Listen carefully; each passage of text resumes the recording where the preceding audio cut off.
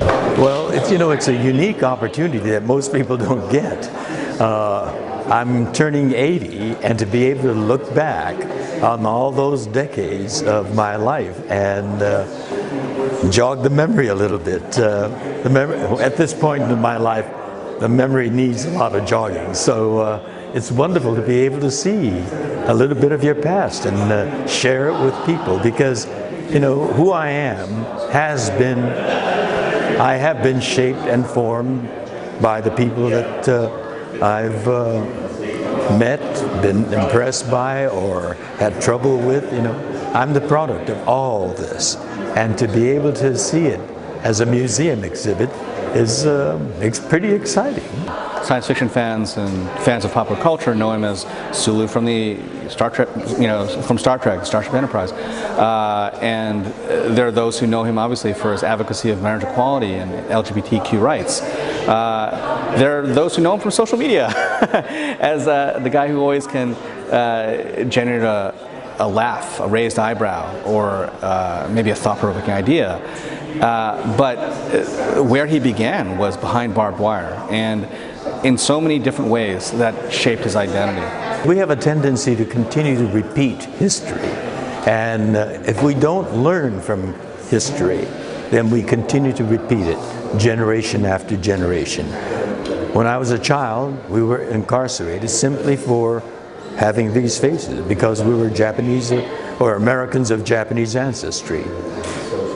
Now we have another president who signs an executive order putting people of one faith or where they're from in one category, a broad brush sweep, and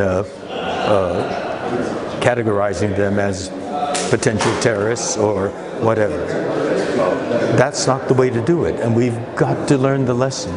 I mentioned the story of how we first realized what the story should be, how we could tell the story of George in a powerful and evocative fashion, and it is really about these two pieces of wood. The first is this cypress stump, this polished root that his father took out of Rower, Arkansas, polished and then put on a pedestal as something that was both a memory of tragedy, but also something that would illuminate, that would evocatively tell the story of a time that many people just refused to even acknowledge. And then the other piece of wood, if you will, is this pilgrimage stick that he took to the summit of Mount Fuji. And the reason why that was so important for the storytelling is because it's something that, much like a passport, much like any other document that you might use to mark a journey, the pilgrimage stick, every stage, every station in this trip up to the summit of this mountain, this sacred mountain, you get a symbol burned into it to mark your passage. And we thought that's a terrific way of telling this story. We have 5 stations, 5 different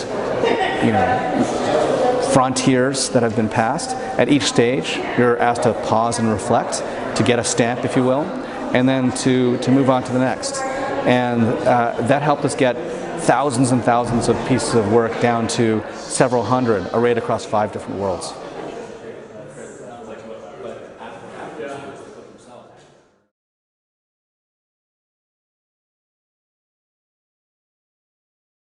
Hey NBC News fans, thanks for checking out our YouTube channel. Subscribe by clicking on that button down here, and click on any of the videos over here to watch the latest interviews, show highlights, and digital exclusives.